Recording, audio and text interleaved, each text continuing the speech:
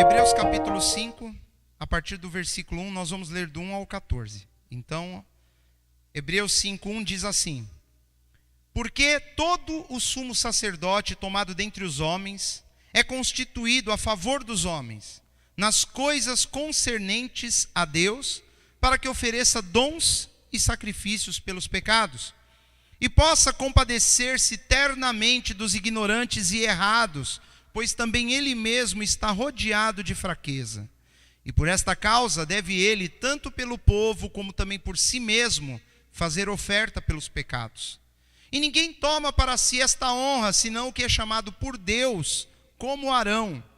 Assim também Cristo não se glorificou a si mesmo, para se fazer sumo sacerdote, mas aquele que lhe disse: Tu és meu filho, hoje te gerei. Como também diz noutro lugar: Tu és sacerdote eternamente, segundo a ordem de Melquisedeque, o qual, nos dias da sua carne, oferecendo com grande clamor e lágrimas, orações e súplicas, ao que o podia livrar da morte, foi ouvido quanto ao que temia.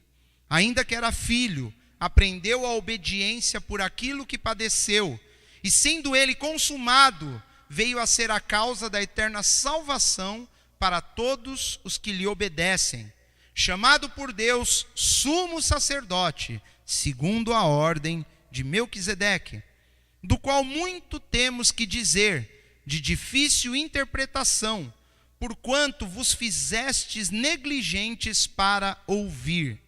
Porque devendo já ser mestres pelo tempo, ainda necessitais de que se vos torne a ensinar quais sejam os primeiros rudimentos da palavra de Deus, e vos haveis feito tais que necessitais de leite e não de sólido mantimento. Porque qualquer que ainda se alimenta de leite não está experimentado na palavra da justiça, porque é menino. Mas o mantimento sólido é para os perfeitos, os quais, em razão do costume, têm os sentidos exercitados para discernir tanto o bem como o mal. Amém? A epístola aos Hebreus, a carta aos Hebreus, se você ler essa carta do começo ao fim, e você estiver habituado com as demais cartas do Novo Testamento, você vai ficar muito inclinado a acreditar que essa carta ela foi escrita pelo apóstolo Paulo. Ela tem um linguajar semelhante ao de Paulo, muito parecido. A forma com a qual ele raciocina, a forma como a qual esse escritor ele apresenta os seus argumentos, você vê Paulo falando. Nós não temos ainda, não tem nenhum elemento maior nesse livro que dê para você atestar. Foi Paulo que escreveu. Mas é interessante, nós vemos nesse livro uma citação inclusive a Timóteo. E Timóteo, ele foi discípulo de Paulo. E nós vemos alguns argumentos colocados de maneira tão inteligente, tão intrincada, como Paulo faz em outros lugares. Mas é a única, se for a carta escrita por Paulo realmente, se essa carta foi escrita por ele, seria a única que ele não se identifica. Porque todas as cartas ele começa: Paulo, servo do Senhor, Paulo, apóstolo pela vontade de Cristo, ele sempre se apresenta.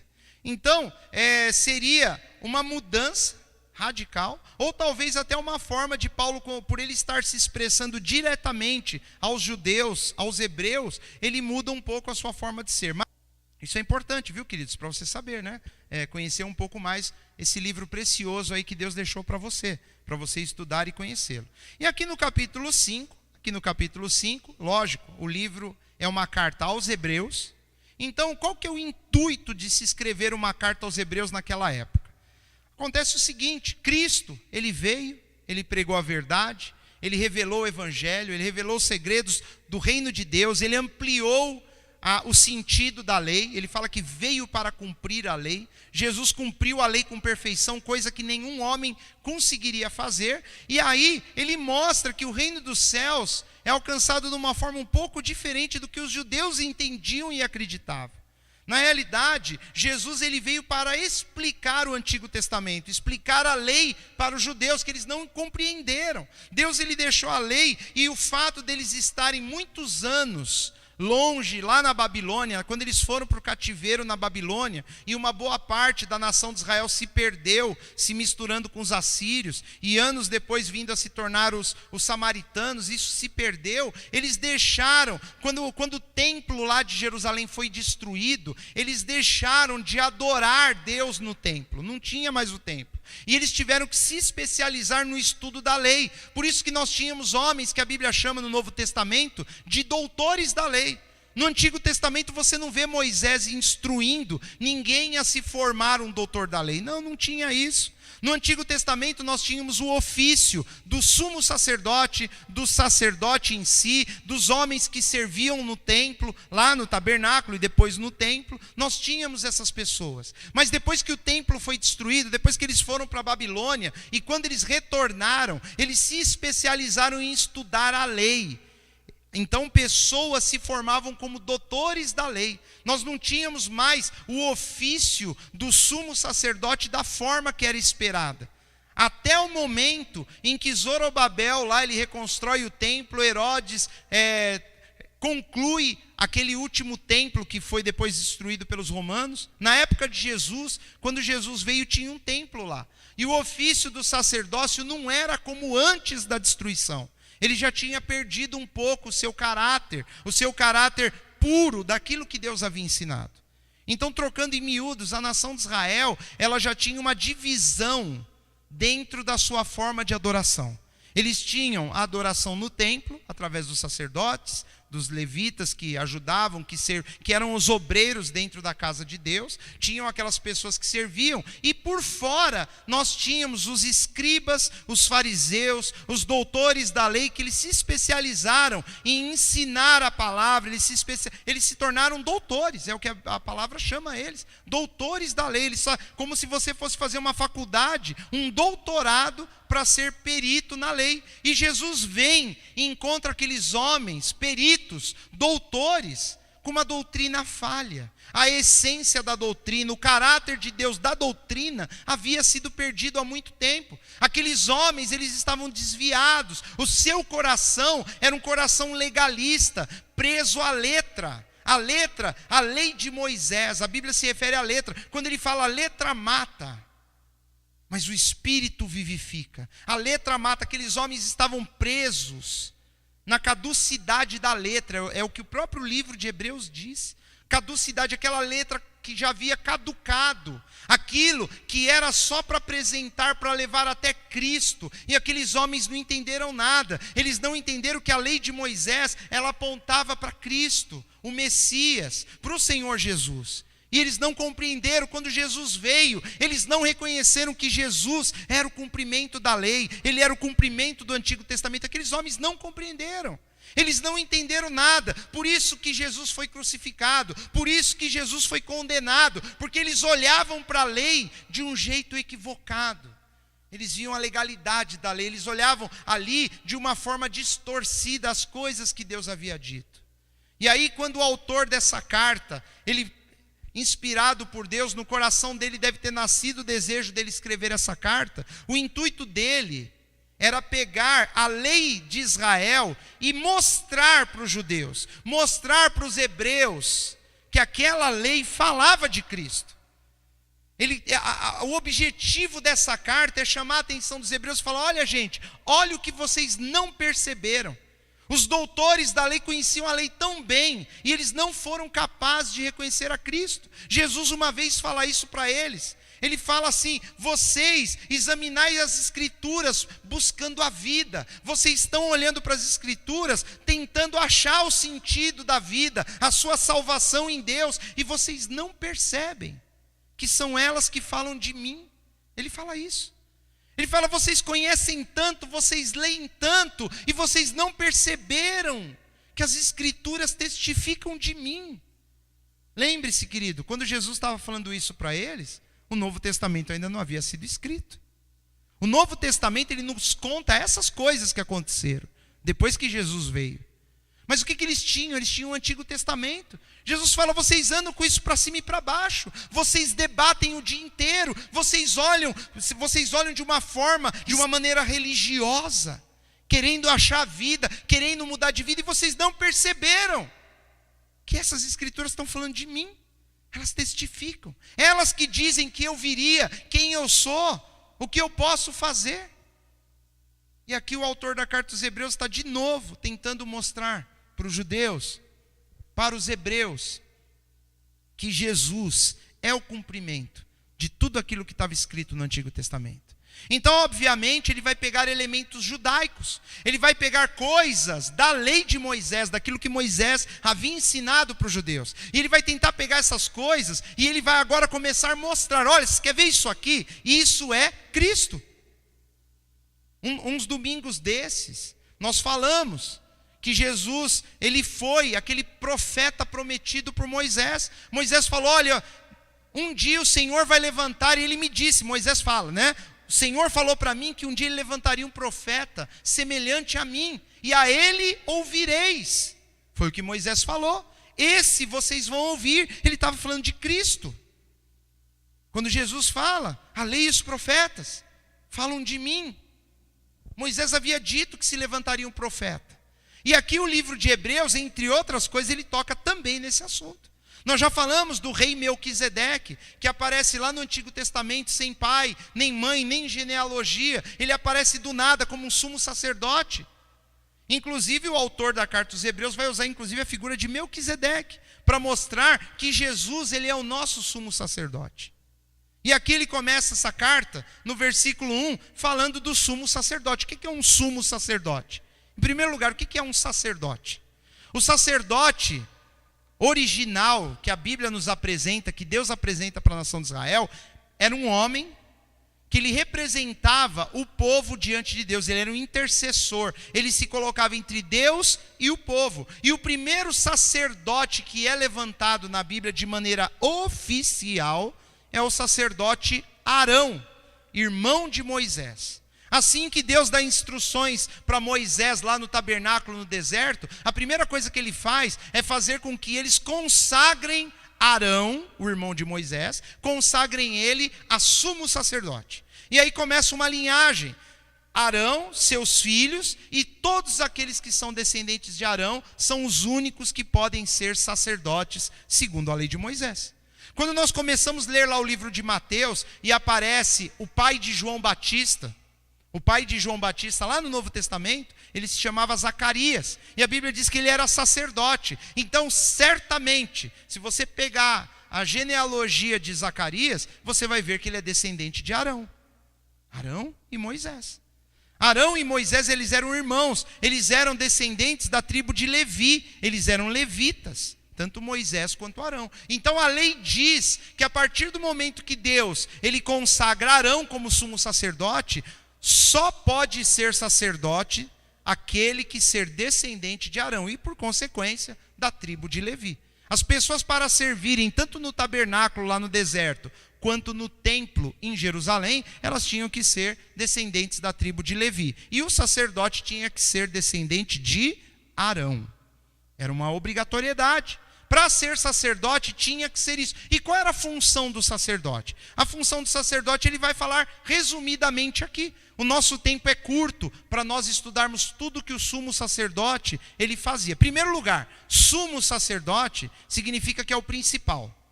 Ele seria o chefe, o líder dos sacerdotes. Então tinha mais de um. Em algumas situações poderiam ter milhares de sacerdotes, servindo simultaneamente, em escala ou em conjunto. Mas o sumo sacerdote ele seria o principal, aquele que liderava todos os sacerdotes. Isso que é a função do sumo sacerdote. E uma vez por ano, havia um sacrifício especial, que era esperado por toda a nação de Israel. Somente uma vez por ano. E naquele dia, o sumo sacerdote, ele entrava no lugar mais interno, dentro do santuário. Num lugar chamado Santo dos Santos, um lugar que era proibido se adentrar em qualquer outra situação. Só naquele dia, naquela ocasião, o sumo sacerdote entrava naquele lugar. E lá dentro, ele representava, ele levava de uma forma representativa o pecado de toda a nação de Israel. Ele ia como um intercessor diante de Deus, como se ele pegasse assim dentro de uma caixa o pecado de todo mundo e ele chegasse diante de Deus e apresentava aquele pecado. E a Bíblia nos mostra que ele também, por ser homem, falho como a nação, ele também apresentava o da nação e o seu pecado. Amém, queridos? Porque tem, quem está aí na escola bíblica conosco, nós estamos estudando o romanismo, e lá dentro de algumas coisas que o romanismo ensina, é a infalibilidade do seu líder supremo. Eu tenho que falar meio codificado assim, senão já viu, né? Mas enfim, ele tem lá o seu sumo sacerdote.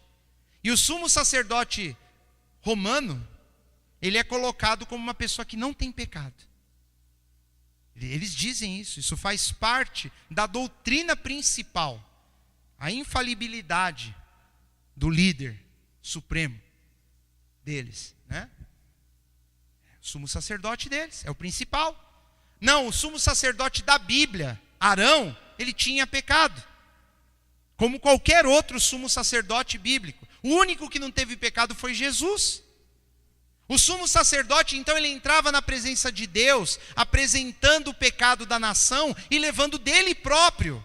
Ele também sabia que ele era pecador. Então ele entrava lá pedindo perdão por si e por toda a nação. Era isso que ele fazia. E Deus recebia esse sacrifício. Era uma oferta, um sacrifício. Eles apresentavam novilhos, cordeiros, animais.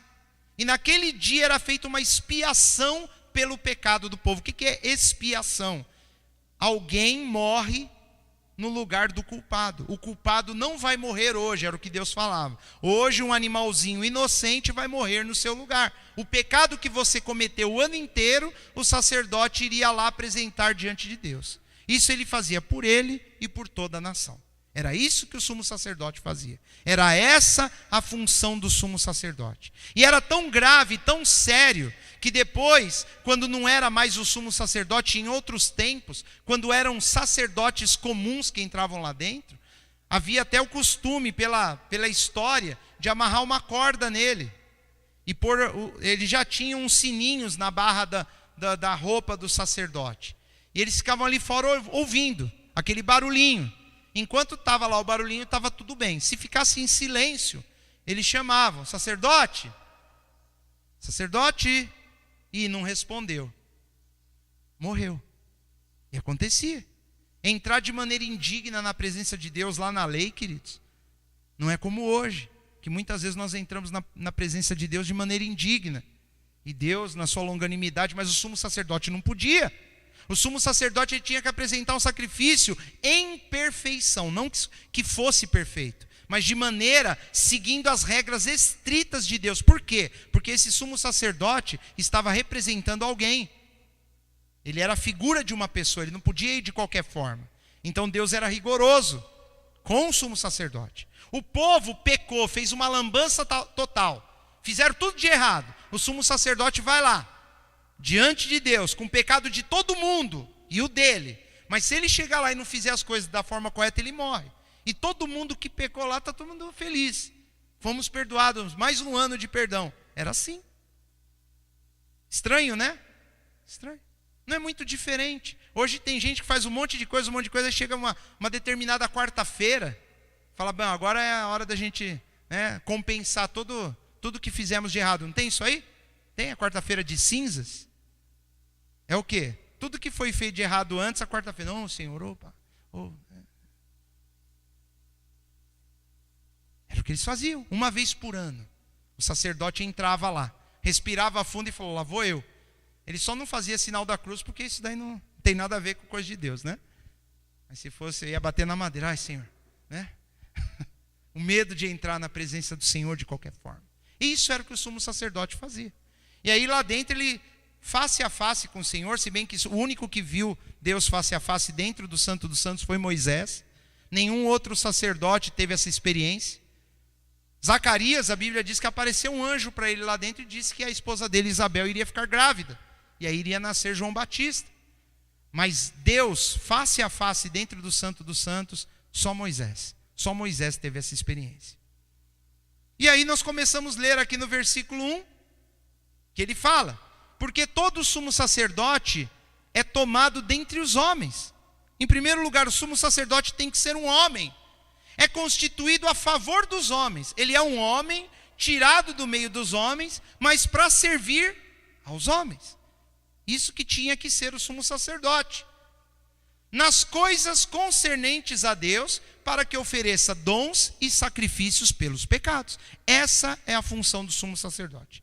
O sumo sacerdote não era para ser paparicado, não era para ser temido, ele não podia mandar em ninguém. O sumo sacerdote ele ia lá apresentar o meu e o seu pecado diante de Deus, se nós fôssemos da nação de Israel. Ele continua no versículo 2: e possa compadecer-se ternamente com amor dos ignorantes e errados. O sumo sacerdote também tem que ser alguém que olha para aquela pessoa, o ignorante, o errado, e ele se compadeça. Ele tem que ter amor suficiente para suportar as coisas que essa turma faz.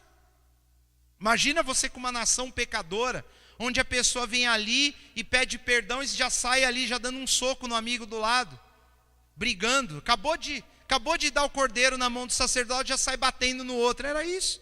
O sumo sacerdote tinha que respirar fundo e falar: ô Senhor, as pessoas cometiam um pecado já, né? Você pensar só daqui 8 meses, 9, não, a pessoa 10 minutos depois já estava fazendo tudo errado de novo. É disso que ele está falando.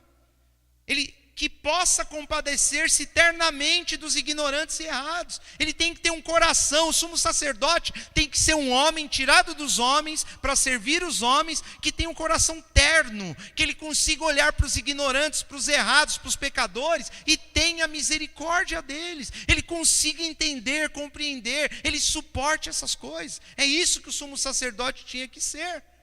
Pois também ele mesmo está rodeado de fraqueza. Ele fala, ele tinha consciência que ele também era falho. A pior coisa que pode acontecer para mim e para você, meu querido, é nós pensarmos que nós não temos erros. Quando eu acho que eu estou certo em tudo, eu não tolero o erro de ninguém.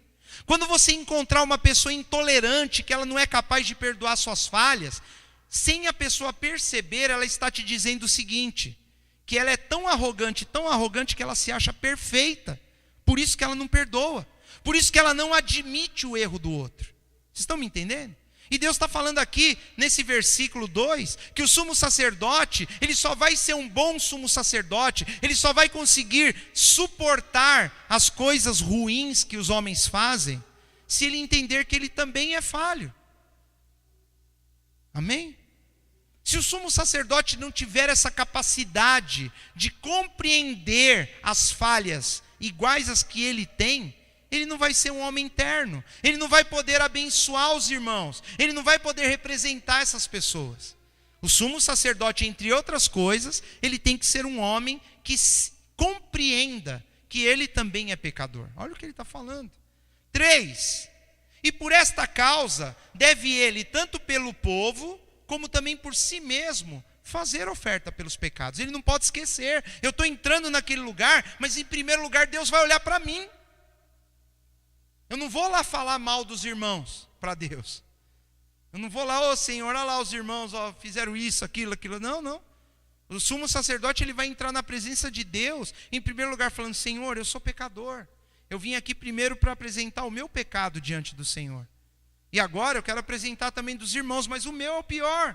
Como Paulo fala em uma de suas cartas, dos pecadores eu sou o maior, eu sou o pior, ele se colocava como o pior.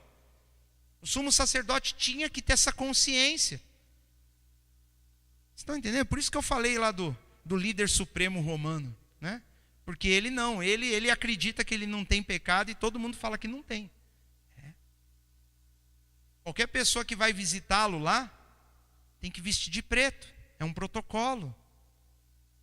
Ele fica de branco. Se você chegar de branco e quiser ir lá na presença deles, não vão deixar você entrar lá. Não pode, tem que pôr uma roupa preta. Por quê? Para simbolizar o errado e o ignorante, preto, e o puro e santo, sem pecado, de branco. Mas não, o sumo sacerdote da Bíblia, que Deus levantou, ele tinha que ir na presença de Deus lembrando, eu sou o pecador, eu sou o principal. Eu só estou vindo como representante do povo, eu sou o maior pecador, eu estou trazendo deles, junto com o meu. Ó Senhor, me perdoe, com todo cuidado, com todo respeito. A Bíblia é um pouco diferente, né, do que a religião ensina, não é verdade, né, queridos? A Bíblia fala que todos pecaram, todos os homens são pecadores, todos. E todos nós precisamos da glória de Deus. Se você olhar para mim achando que eu sou menos pecador que você está tão equivocado, meu irmão. Você está tão errado na sua forma de encarar as coisas. Nós somos pecadores. Somos falhos. Cada um já aprendeu alguma coisa. Tem coisas que eu não faço. Tem coisas que é impossível passar pela minha mente de fazer. Mas isso já foi um processo do que Deus fez em mim. Mas se eu fosse também ordenado um sumo sacerdote e tivesse que entrar na presença de Deus do jeito que esses homens, queridos, eu ia morrendo de medo. Porque eu sou tão falho como qualquer um. Talvez ia falar, Senhor, passa para ele ali, ó. Passa para esse aqui, ó. Aquele lá, ó. Chama outro, Senhor, porque, né? Ele continua. Versículo 4. E ninguém toma para si esta honra. Ninguém toma para si essa honra, senão o que é chamado por Deus, como Arão. Ele está falando, é um negócio, essa questão de sumo sacerdote não é um negócio que é para quem quer. Não é, eu quero, eu quero. Não. Tem que ser chamado por Deus, como Arão foi chamado. E nós estamos falando de sumo sacerdote, querido. Se nós quisermos falar dessas coisas, tem alguns lugares aí que eles estão levantando os sumos sacerdotes. Você vê lá a pessoa até com a roupa de sumo sacerdote, né? Se a gente quiser falar de Bíblia, para ser sumo sacerdote tem que ser descendente de Arão e tem que ser descendente de Levi. Tem que ser judeu. Eu sou brasileiro, descendente de brasileiro e não tem judeu na minha família. Então, eu não poderia ser um sumo sacerdote. E a lei de Moisés também, ela se cumpriu em Cristo. Não tem mais sentido a gente querer voltar ao judaísmo, como querem voltar. Vocês vão ver em muitos lugares, pessoas... É a Arca da Aliança, é ou não é? Põe lá a menorá e põe não sei o quê, aí é o templo. Até o templo tem, né? O templo. O que mais que tem lá? Tem tudo, as coisas do Antigo Testamento. O óleo da unção, o tabernáculo, o Santo dos Santos. O Santo dos Santos geralmente é o escritório lá do pastor, né? Aí de quem entra lá, cai duro, né? Morre, né? Tem o Santo dos Santos, ninguém entra, né? Tem. Mas enfim, Deus não quer essas coisas mais, queridos. É por isso que essa carta aos Hebreus foi escrita. Porque o escritor está falando, gente, vamos entender aqui o que aconteceu na passagem do Antigo para o Novo Testamento. O que Jesus veio fazer? Versículo 5. Assim também Cristo não se glorificou a si mesmo para se fazer sumo sacerdote. Não foi ele.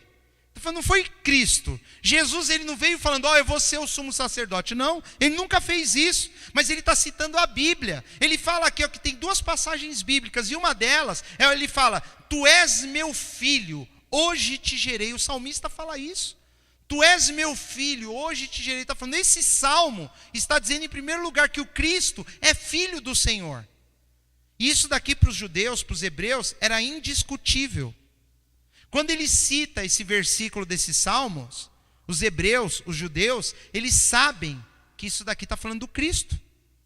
E até então, eles também não aceitavam que o Cristo fosse o Filho de Deus. Eles achavam que o Cristo, ele seria meramente um homem, um profeta enviado, como Moisés disse, um libertador, que libertaria Israel dos seus inimigos, que conquistaria, que seria um rei poderosíssimo no trono de Davi. Mas eles não entendiam a questão do Cristo ser o Filho de Deus e ser o próprio Deus. Isso para eles era difícil. Por isso que ele fala nesse salmo, tu és meu filho, hoje te gerei. Como também diz no outro lugar, tu és sacerdote eternamente, segundo a ordem de Melquisedeque. Ele está dizendo um outro salmo, e nós já falamos. Se você quer aprender um pouquinho mais, o que tem a ver com essa ordem de Melquisedeque, que não dá para falarmos hoje aqui, tem uma mensagem recente aí no YouTube, do início agora de 2017, se não me engano, do mês de fevereiro, está lá, Melquisedeque. Assiste, você vai entender. Fala disso daí, eu preguei num desses domingos. A ordem de Melquisedeque, ela teve que ser citada aqui, por quê?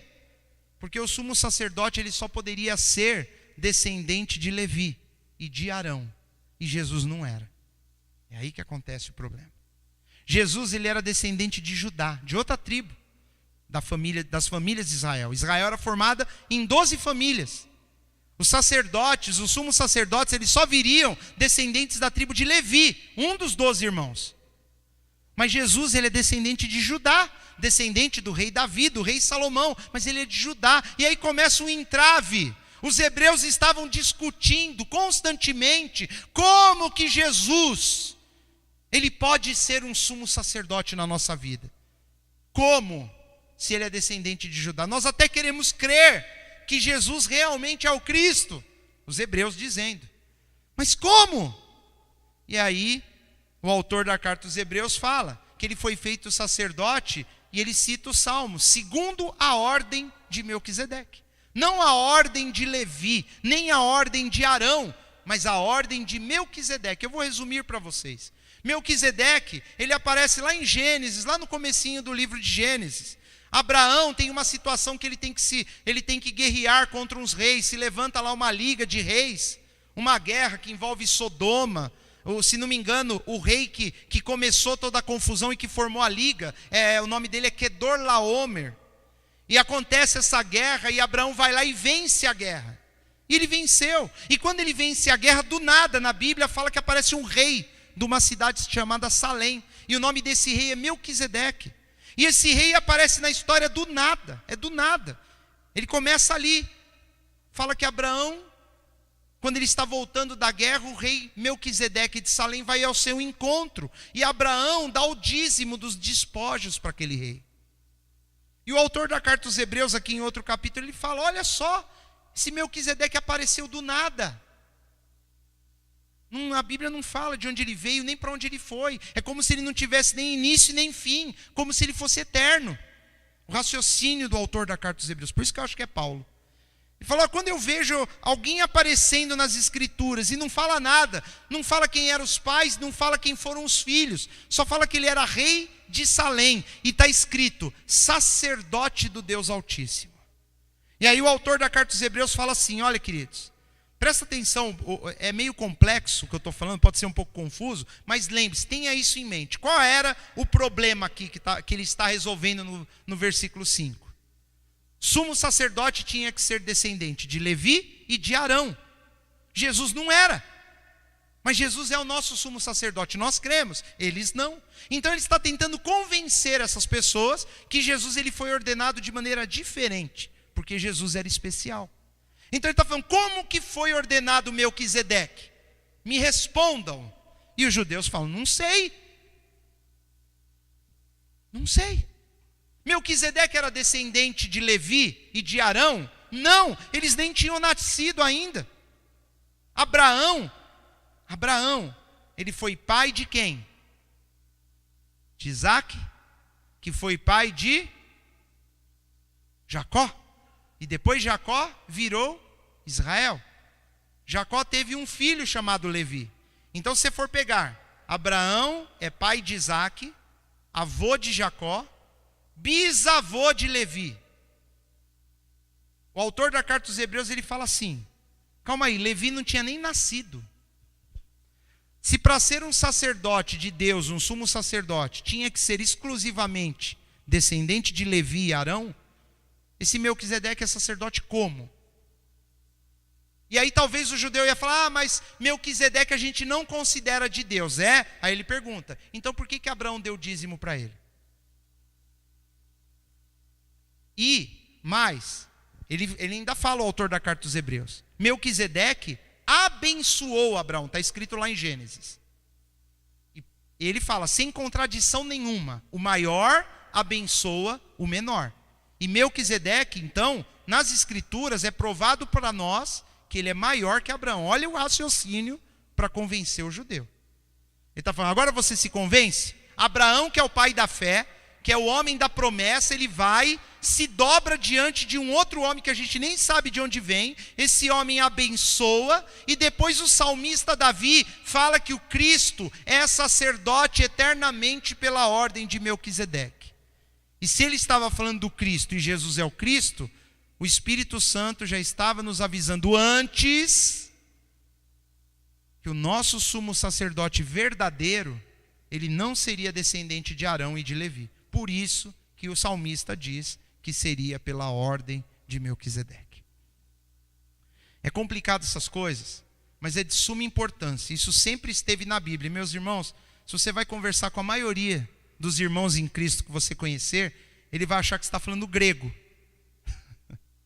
Principalmente pelo nome do Melquisedeque, né? Muitos não sabem, não têm a menor noção do que nós estamos falando aqui. Tem bastante gente que sabe. Tem bastante gente que já estudou sua Bíblia e sabe, mas a maioria não tem nem ideia.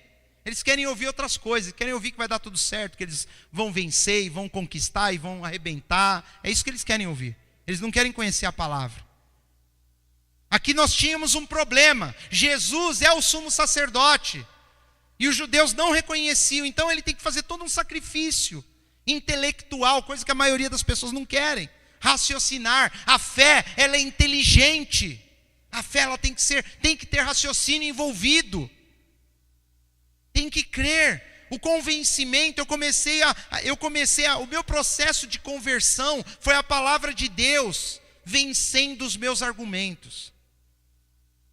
Eu tinha um monte de argumentos, aí eu ia para as escrituras e a palavra me levava para outros lugares. O convencimento, por isso que a fé vem pelo ouvir e ouvir a palavra de Deus. Essa palavra, ela vai transformando o nosso coração.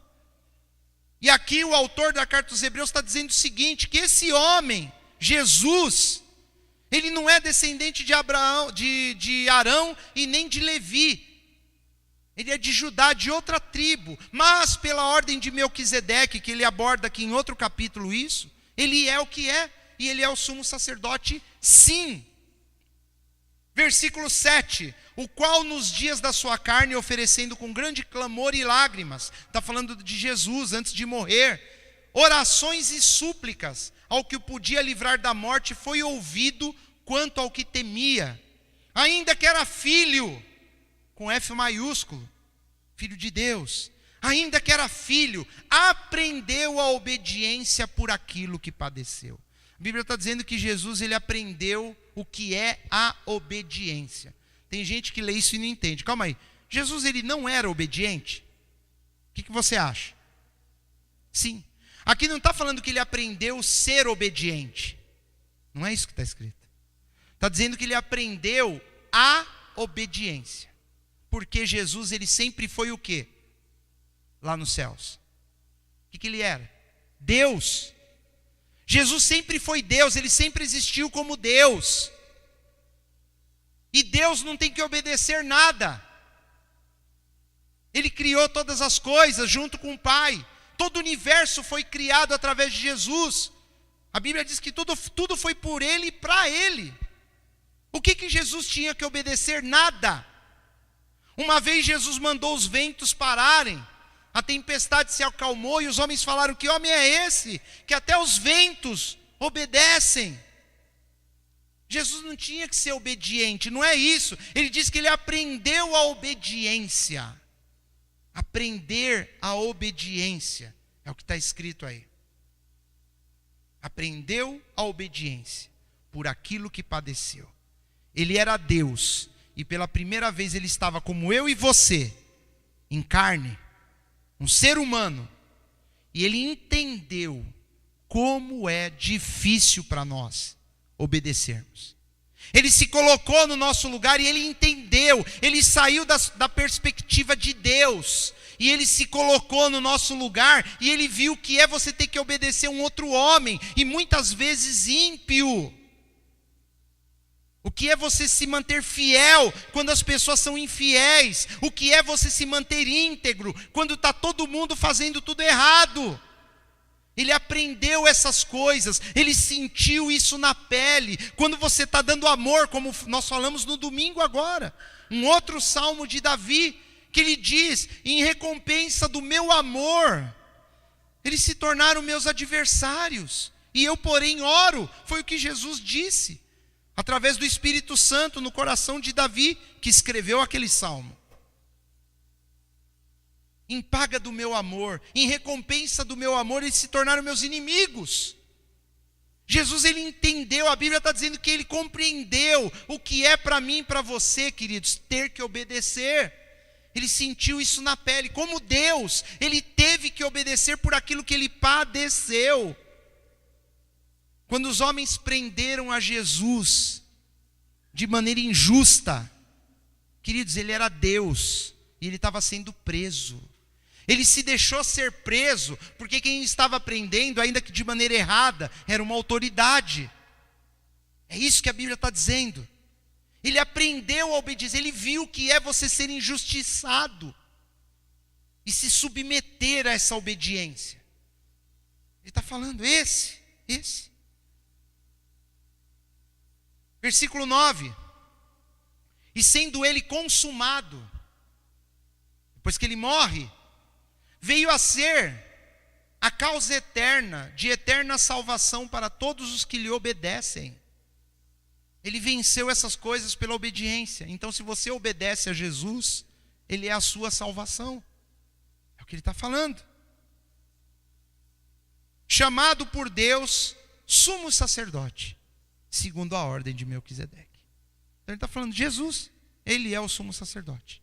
Eu não falei para vocês que o sumo sacerdote tinha que ser um homem?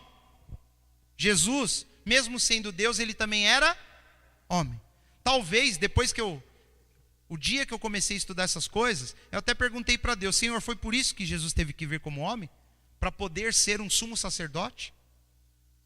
Porque a Bíblia diz que o sumo sacerdote é tirado dos homens para os homens. Então Deus teve que se fazer homem para se tornar sumo sacerdote. De repente foi por isso. As coisas começam a fazer sentido. Qual é a função do sumo sacerdote? Entrar na presença de Deus levando os nossos pecados, não é? Só que se o sumo sacerdote pisasse na bola, ele morria lá. Esse sumo sacerdote, ele não tem pecado. Então ele faz igualzinho o sumo sacerdote. Ele entra na presença de Deus, levando tudo que nós fizemos e apresenta ao Pai. O sumo sacerdote sacrificava um cordeiro. Ele, Jesus, ele é o cordeiro. Ao mesmo tempo que ele é o sumo sacerdote, ele é o cordeiro do sacrifício. Ele é mais do que o sumo sacerdote descendente de Arão. O sumo sacerdote levava um animal. Jesus se oferece a si mesmo. É o sumo sacerdote entregando a sua vida no altar. Antes de morrer ele falou, ninguém tira a minha vida. Eu a dou por mim mesmo. Como uma oferta.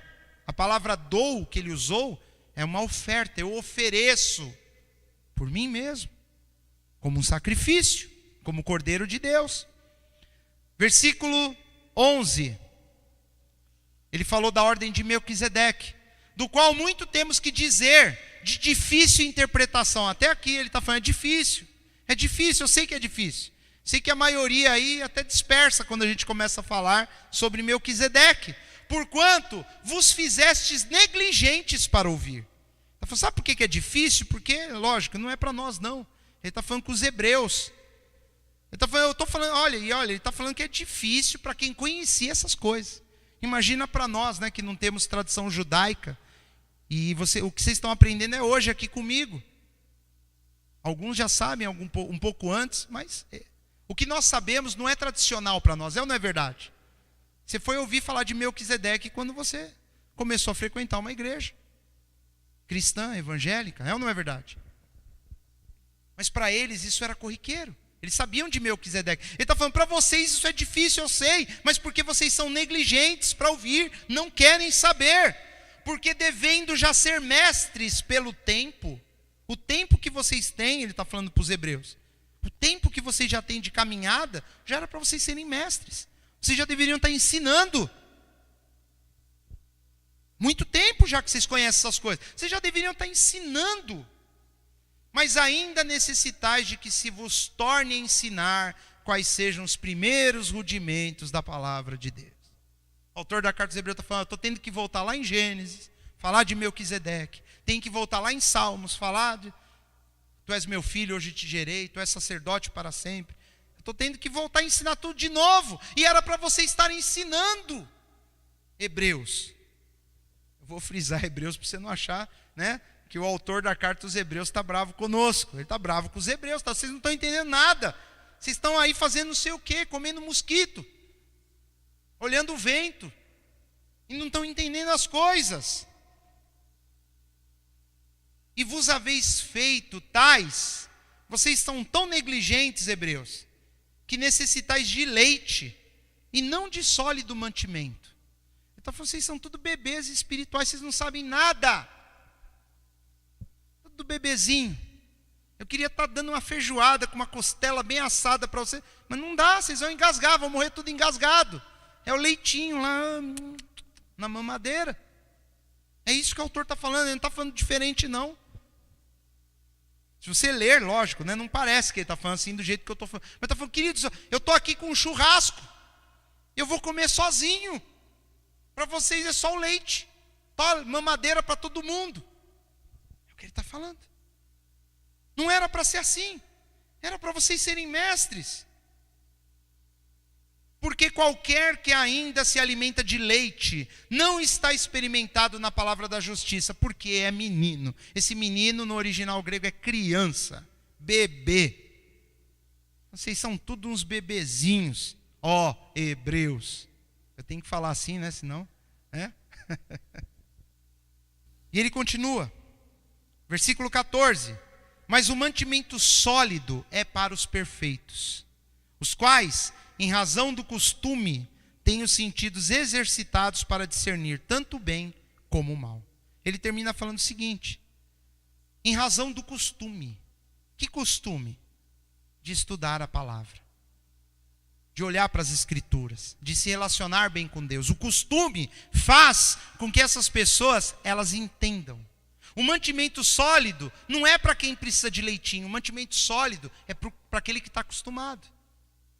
Nós temos que nos acostumar a estudarmos as escrituras, não ficarmos só na superfície. Tem gente que toda vez que abre a Bíblia, ela pensa em ler lá salmos, ela gosta de salmos. Outro dia eu não lembro quem foi alguém, não sei se foi aqui, foi em outro lugar, conheço tanta gente. Mas falou, puxa, eu preciso me libertar do livro de salmos. Eu falei, precisa mesmo. Eu não lembro, foi em algum lugar. Né? Não que o livro de salmos seja ruim, não é. A Bíblia fala que o mel é bom, mas se você comer muito, o que acontece? Para cada um acontece um efeito, mas a maioria de vocês vai correr para o banheiro. Mel é gostoso, mas come 1 quilo de uma vez. Você está morrendo de fome, eu vou comer esse pote de mel inteiro. Você não vai querer ver mel nunca mais na sua vida, meu irmão. Deus está falando o quê? De equilíbrio. A pessoa só lê salmo. Você fala para ela de Jesus, ela, quem? Ela não sabe quem é Jesus. Melquisedeque, a pessoa cai dura, achando que você falou um palavrão. Né? Porque ela só lê salmo, ela deve ser aquela... Né? Estou falando do salmo, mas pode ser qualquer coisa. Tem gente que gosta só do Antigo Testamento, tem gente que gosta só do Novo, tem gente que só lê um evangelho, só lê o Mateus, porque os outros eu não entendo nada. Tem gente que só lê o Apocalipse. Só lê Apocalipse. Não vai entender nada também, viu, queridos? Porque quem já estudou escatologia, Apocalipse, sabe que tem que conhecer a Bíblia inteira para saber o que o Apocalipse está falando. Se você vai só, você vai desistir. Você vai fazer aqui é coisa de doido, e é mesmo. Deus disse que as coisas dele para os naturais são loucura. Mas ele está falando aqui que em razão do costume, você vai ter o sentido exercitado. Tudo bem que ele está falando com os hebreus, mas isso se aplica a todos nós. É uma carta que ficou para a igreja. Você vai ter o costume de ler, você vai ter o hábito de ler, você vai conhecer a palavra e Deus vai falar com você. E Ele vai poder te dar coisas mais sólidas e promessas maiores. E você vai vencer lutas e batalhas maiores. Muitas vezes a pessoa fica 10 anos atolada no mesmo problema. Eu usei a palavra atolado, porque é igual um carro atolado que não sai do lugar. O mesmo problema. Você encontra ela daqui 10 anos, ela está falando as mesmas coisas. A forma dela, ela se queixa das mesmas coisas. Ela está sempre com os mesmos problemas. Ela está vivendo sempre do mesmo jeito. Nada muda. E por que não muda? Porque ela não se exercita nisso aqui, ó. Às vezes está pior até. Passa o tempo, você vai ver a pessoa dá até uma tristeza. Fala, meu irmão, o que você tem aprendido? A espiritualidade da pessoa, ela pode ser medida sim por aquilo que ela tem aprendido. Se você aprende mais e coloca em prática, você vai ser mais sábio, você vai ser mais espiritual, Deus vai usar mais a sua vida. É disso que ele está falando, queridos. Está no tempo de nós sairmos do leitinho. Tudo bem que aqui era o povo hebreu, que eles não conseguiam entender que Jesus era o sumo sacerdote. Isso você sabe que ele é sem problema. Tem alguém aqui que duvida que Jesus é o nosso sumo sacerdote? Ninguém. Mas nós temos problemas em outras áreas. Tem coisas que Deus já queria estar te dando e não pode. Ele olha e fala, não posso, está no leitinho ainda. As pessoas relutam, por quê? Porque as pessoas querem ficar no leite. Eu quero ficar só com isso aqui que eu sei, é muita coisa para a minha cabeça. Você está perdendo, nós estamos perdendo. Deus quer dar mais, Deus quer te abençoar mais. Ele quer te dar muito mais. E Ele está indignado aqui com os hebreus, queridos. Vocês já podiam estar ensinando. E eu vou dizer agora para vocês, não para os hebreus, vocês já poderiam estar ensinando pelo tempo. Poderiam. Mas só de falar ensinar, a pessoa já fica cheia de coceira.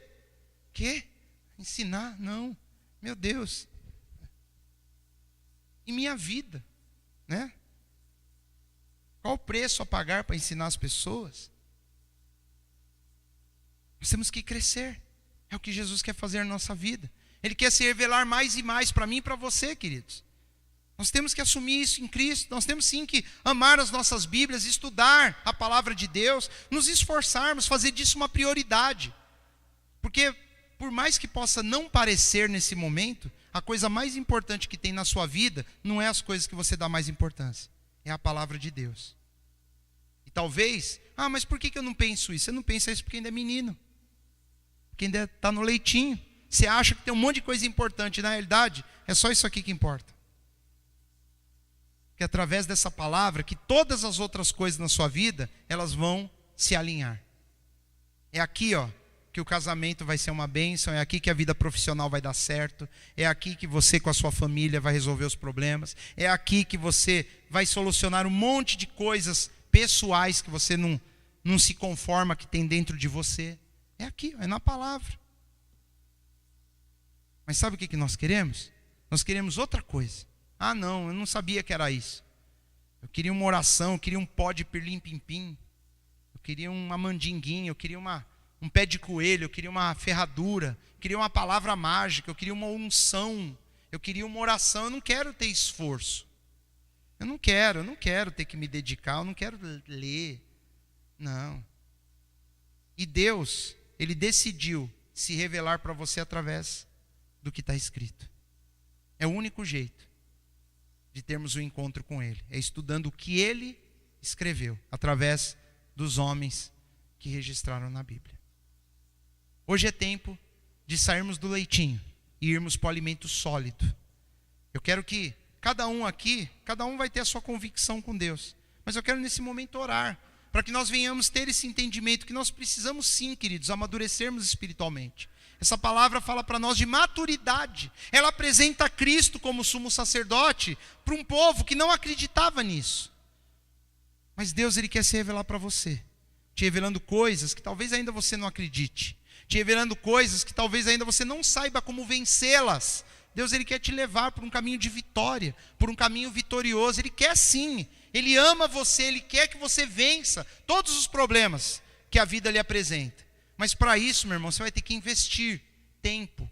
Você vai ter que investir. Você vai ter que mudar um pouco o seu padrão de vida. Porque se o seu padrão de vida fosse correto, de acordo com o que Deus quer, sua vida não estava desse jeito.